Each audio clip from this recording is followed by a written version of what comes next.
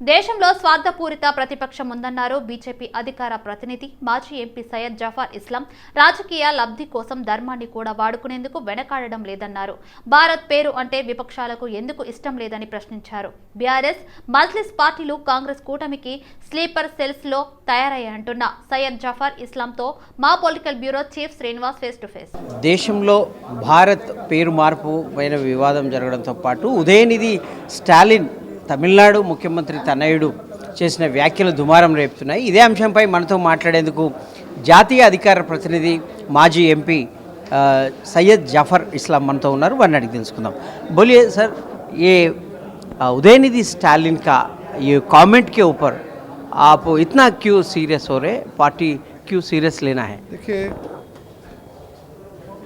हर धर्म की लोगों की धर्म में आस्था होती है और दो धर्म के नियम होते हैं, उस धर्म को पालन किया जाता है और हर धर्म के अलग अलग नियम होते हैं, उससे उसकी आइडेंटिटी बढ़ती है, वो पहचान बनती है। सनातन धर्म भी है, कई धर्म अलग है, इस्लाम धर्म भी है, बौद्ध धर्म भी है, सिख धर्म भी है, सब धर्म अलग अलग है, अलग अलग कानून उनके नियम हैं।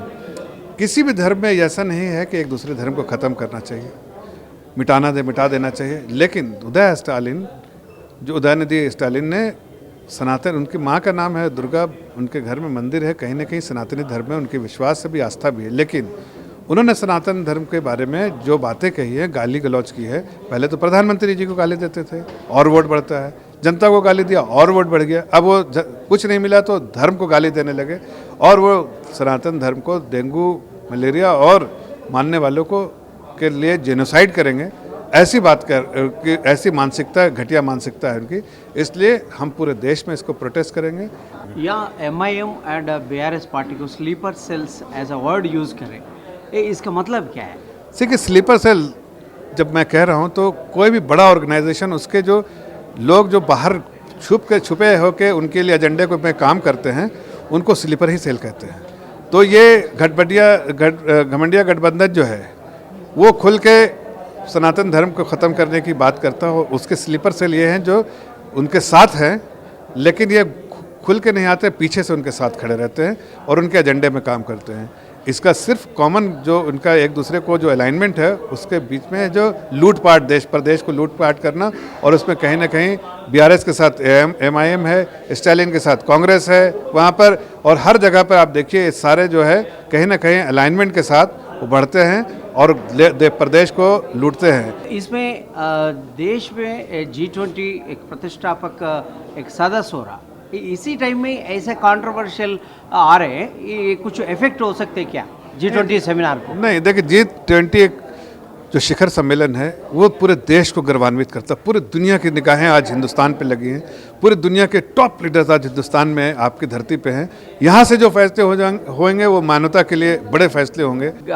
अलायंस INDA अलायंस से बीजेपी डर रहे, इसलिए हमको टारगेट कर रहे बोल के वो लोग होता रहे, कैसा ये कैसा देखते हैं चीज़? भारत कहने पे हमें भारत कहने पे गर्व होता है, उनको डर होता है। नेशनल एंथम में भारत ही लिखा है, भारत कहा जाता है, उनको भारत कहने में डर क्यों लग रहा है? बोले ना भारत, देश भारत के नाम से है, तो भारत देश कहने में उनको, हम भारतीय हैं, भारतीयता हमारे में है, हम भारत देश के वासी हैं, ये कहने में उनको क्यों तकलीफ होती है? उनको पूछना पड़ेगा कि इस देश का नेशनल एंथम भारत कहा जाता है, भारत वर्ड आता है उस देश का नाम, उसको कहने में आपको तकलीफ, मतलब देश के नेशनल एंथम में से भी आपको प्रॉब्लम है। Thank you. ఇది మొత్తం మీద దేశంలో ఒక గర్విష్టి విపక్షాలు ఉన్నాయి. దేశం అంటే ప్రపంచంలోనే ఒక ప్రతిష్టాత్మకమైనటువంటి సదస్సు నిర్వహిస్తుంది ఒకవైపు, మరోవైపు చంద్రయాన్ వంటి ఎన్నో ఘన విజయాలు సాధించిన పరిస్థితి, ఆర్థికంగా కావచ్చు, ఇటు దేశం అన్ని రంగాల్లో ముందుకు పోతున్న పరిస్థితుల్లో దీన్ని చూసి ఓర్వలేకపోతున్నాయి. ఈ రాజకీయ లబ్ధి కోసం దేశ ప్రతిష్టను కూడా విపక్షాలు పరంగా పెడుతున్న పరిస్థితి అని చెప్తున్నారు.